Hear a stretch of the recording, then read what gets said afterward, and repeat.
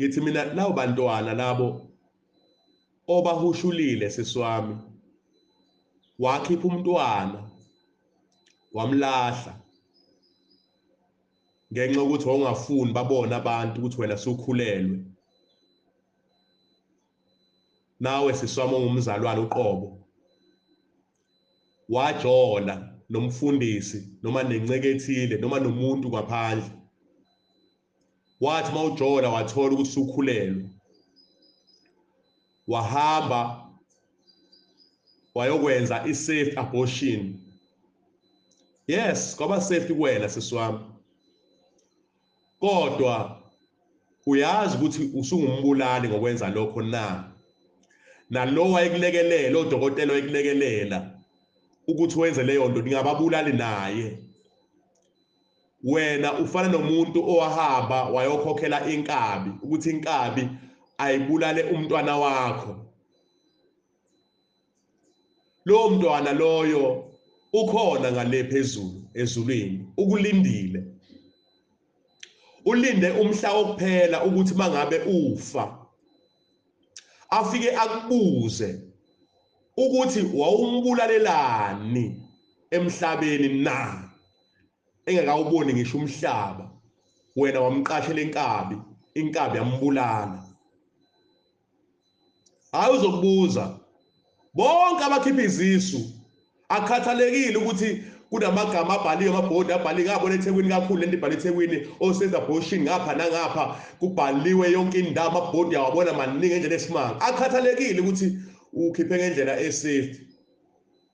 Kodwa usazoma ngelinye ilanga uyolanda ukuthi wawukwenzelani. Usazochaza ukuthi wawukwenzelani ukubulala umphefumulo ongenacala na. Wawukwenzelani. Uzochaza dadewethu. Waphinde wenza ubuqili ngaphezulu kwalokho wayoma epulpit wayohlabelela wayoshumayela wayoprofetha wayovutha wafihla isono sakho. Leso sono sakho osifihlile siyakufumana ngomhla wokuphela. Leso sono sakho osifihlile siyakufumana ngomhla wokuphela. Kodwami thatha izithombe zamantombazane yiloda efonini amantombazane anqunu. Uyinceku uyashumayela. Unezambulo, unegaba elihle esontweni lakho nangakini. Futhi uyamenya nasendaweni okuyazi ukuthi uyavutha. Futhi unamandla. Kodwa labantombazane anquna agcwele efonini yakho. Lama video agcwele efonini yakho abantu abenza ucansi. Uze uzisize wenza imasturbation. Uyazi ukuthi ungumbulali wena. Ukhipha ingane kaNkulunkulu uyayibulala uyadestroya ubulala inzalo. Uyadestroya emhlabathini inzalo. Uyazi ukuthi usayoma phambi kaNkulunkulu usubona lezi ingane ezingako oyichithile emhlabathini. Usayoma ulande. Usayozilanda nje phambi kaNkulunkulu ukuthi lokho wawukwenzelani. Hamba ulanda inkanuko ngapha nangapha. Uyokwenza imikhuba. Sayelanda phambi kaNkulunkulu. Ake ngikhulume nobhuti ngiyazi bazongilalela nabo abasabanjwe ugwayi. Webhuti wami wena obanjwe ugwayi, osabhema ugwayi. Uyazi ukuthi lesi sandla ophatha ngaso ugwayi siyisandla sikaNkulunkulu. Uyazi lo mlomo othi baba ugwayi ufake khona umlomo kaNkulunkulu na. Uyazi ukuthi lentuthu engenayo emakhaleni eya emlonyeni emaphashini phakathi iyo destroy amaphaphu ishwabanisa amaphaphu. Uyazi ukuthi umosha amaphaphu kaNkulunkulu na. Uthi uNkulunkulu ochitha ithempeli lakhe akazi kumyeka. Isono sakho sayokufumana mntaka baba. Isono sakho sayokufumana. uNkulunkulu akamfuni umuntu ozibulalayo. Abaphuza utshwala alikho izono ledakwa. Ingceke mangoDisemba iphuza amawayini. Zihambe zokhotha lelizwi la khona uPaul ekhuluma khona noTimotheo ethi ngenxa yokuthakathaka bakho uphuza iwayini elincane. Zihlangane ingceke ziyophuza amawayini. Ziyophuza ogologo. Ziyophuza obhiya. Ziyophuza amasavana. Zishaya umculo wezwe laphana zidanse ingceke udansele ubuzwe. Zibuye ngoDisemba seyivutha pe seyivutha seyikholile ongazuyibone. Hayi webazalwane ngizokhuza namhlanje. Namhlanje ngizokhuza. Ngizokhuza ungakhohlwa ukuthi izwi lenkosi laphana kuTimotheo wesibili chapter 2 verse 19 esilifundile lithi nokho isisekelo esiqinileyo sikaNkulunkulu simi sinalolu phawu lokuthi inkosi iyabaza bangabayo nokuthi yilowo nalowo ophatha igama lika Jesu Kristu ophatha igama lika Kristu makadede kukho ukungalungi. Dedani zincekukazi kukho ukungalungi. Dedani bafowethu. Dedani. Abanye bafaka amaringi. Lentshumayelo yathi ngahamba umhlaba wonke. Ifinyelele kuwonke umuntu. Okholwayo ongakholwa ifinyelele kuye. Bahambe baya endaweni bayofuna amaringi. Amaringi okuyiwona abenza bashumayele kube ngathi ba-anointed. Kuthi labazalwane abangenawo umoya engcwele mayiseshumayela umuntu onjalo baze bame ngeenyawo bathi sizwa amandla sizwa ugcobo. Bazalwane nizwa amandla nizwa ugcobo ngama evil spirits. Wezwa kanjani amandla? Uzwa mapha amandla? Entweni yobumnyama. Uzwa amandla kaSathane kodwa uzwa amandla kaNkulunkulu. Baze babuya abanye bathi behlile uNkulunkulu bemningi namhlanje uNkulunkulu hayi bekhona.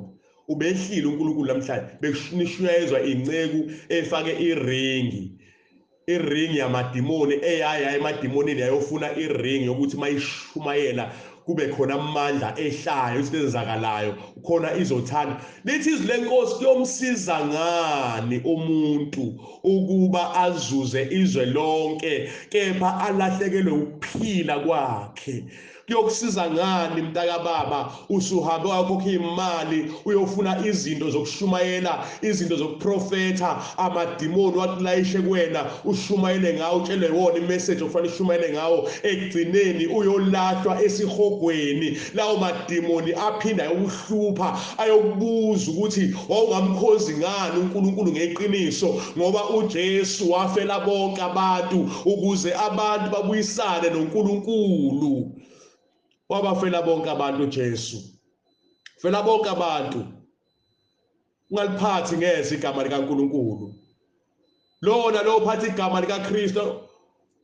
Haleluya. Makadede kukho konke ukungalungi. Dedane ezintweni zamadimoni. Dedane ezintweni zamanga. Dedane bazalwane. Akakazi uJesu athi abantu abadayisa amanzi emasontweni. Akakazi uJesu asho njalo bazalwane. Akakazi uJesu athi abantu abadayisa amafutha. Into engakaze uJesu ayisho leyo bazalwane. Kepha uJesu washumayela ivangeli lokuthi phendukani ngokuba umbuso wezulu ususondele. Phendukani. Nami ngisho njalo bazalwane. Abantwana bakaNkulunkulu abagcotshwa uNkulunkulu abagcotshwa bakaNkulunkulu lezinsuku kudingala abagcotshwa abazoma ngesibindi batshele abantu ukuthi abaphenduke. Batshela abantu abaphenduke ezonweni. Abantu ababuyisane noNkulunkulu. Abantu ababheke umlamleli onguKristu Jesu, elithi lenkosi munye umlamleli phakathi kwabantu noNkulunkulu, umuntu uKristu uJesu, uyena mlamleli esinayo leyo bazalwane. Haleluya. Sengithi ke sengivala, noma ngabe sukwenzile mntaka baba, wakwenza konke ukungalungi phambi kaNkulunkulu, wakhipha izisu, wenza masturbation, wenza yonke into engcolile, walala namadoda abantu, walala nabafazi babantu, wajola, walala nama-worship, o-keyboard player no-keyboard player, ngokunjalo balala nama-worship balala no-keyboard player. Ngithi mantaka baba, uma ngabe lo myalezo ufinyelele kuwena namhlanje endlebeni yakho, thatha isinqumo ngempilo yakho. uJesu Kristu usayivulile izandla, uyena uJesu owenze ukuthi lo myalezo ufike ezindlebeni zakho, futhi uyena okwenzile ukuthi ungakuciki lo myalezo usheshe uyeke ulalela, kodwa ulalele uzuphele. Njengoba usulalele waze wafika egcineni lo myalezo, thatha isinqumo ngempilo yakho. uJesu Kristu ululile izandla zakhe, uvula izandla zakhe ukuthi uma uke wavuma wathi Nkosi uJesu ngiyavuma ukuthi ngonile, ngiyaphenduka, ngiyaxolisa ukuthi ngazenza lezi zono, kepha namhlanje ngicela intethelelo. uJesu Kristu uzokuthethelela 100%, uzokuthethela 100% ekuxolela uJesu Kristu, ngoba unomusa, unothando. Kodwa ungavumeli ukuthi ufe, ufike isikhathi sokufa ungazange uzivume lezo zono. Zivume manje usezwa, usanenhlanhla ke wena yokuthi uzwe umyalezo onjengalo. Unenhlanhla emangalisayo.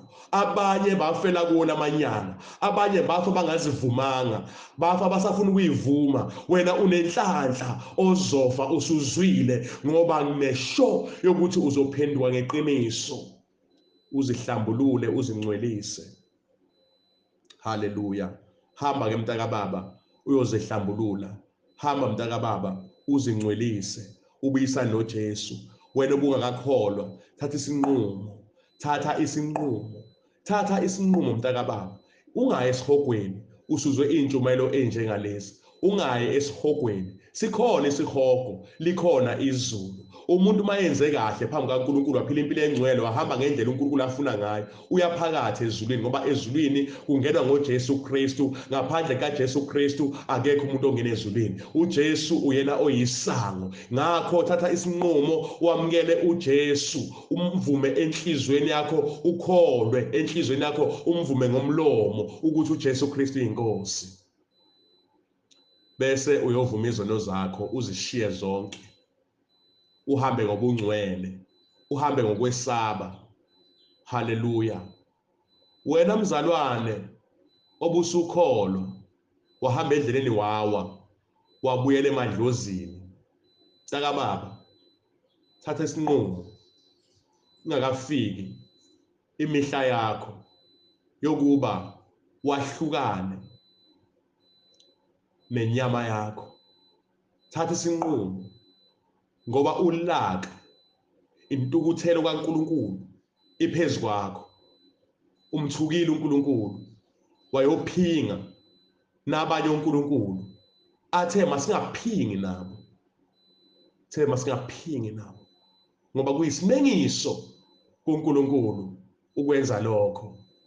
Lalela mntaka baba, thatha isinqumo, ubuyisane noJesu. Thatha isinqumo, ubuyisane noJesu, ushiye konke obusuqalile, kodwa uthemba uJesu yena yedwa. Uyakuvikela, uyakuthwala, uyokunika umusa wakhe, ngoba usaphila emhlabeni. Bonke abantu abangena ezonweni benza izono ezinhlobo ngenhlobo. Ngithi mina nali ithuba lisekhona, buyisana noJesu, woza kuJesu, usafunyana umusa, usekhona umusa kaJesu Kristu. Phendukani zihlobo zenkosi, phendukani nakulesikhathi. Yebo bazalwane, sesiyakholwa, seniyakholwa kahle ke manje. Yebo seniqoka kahle ukuthi sibami, seniyahushusela kahle anisafaka ama-makeup kodwa lenzondo enigcwele yona enga eninayo neyihlambuluka yini lenkanuko evukayo neyihlambuluka yini lezinto ezenzeka emaphusheni ebusuku nilelwane neyihlambuluka yini na hlambulukani bantwana benkosi nizihlanze sivume izono haleluya asivumeni izono zethu komunye asihlambulukeni sihambe ngobungcwele haleluya haleluya siyambonga uJesu Kristu inkosi yethu enamandla ake ngithandaze baba egameni lika Jesu Kristu siyabonga moya engcwele siyabonga Nkosi yamakhosi siyabonga mlomo ongathethi imanga siyabonga Nkosi yenkazimulo ngegama lika Jesu Kristu waseNazaretha besayolungisa abantwana bakho besayophenduka ngegama lika Jesu Kristu waseNazaretha egameni lika Jesu bahambele baba ngegama lika Jesu Kristu waseNazaretha siyambonga uJesu Kristu inkosi yethu baba umlambo lona endaweni yaseThekwini amen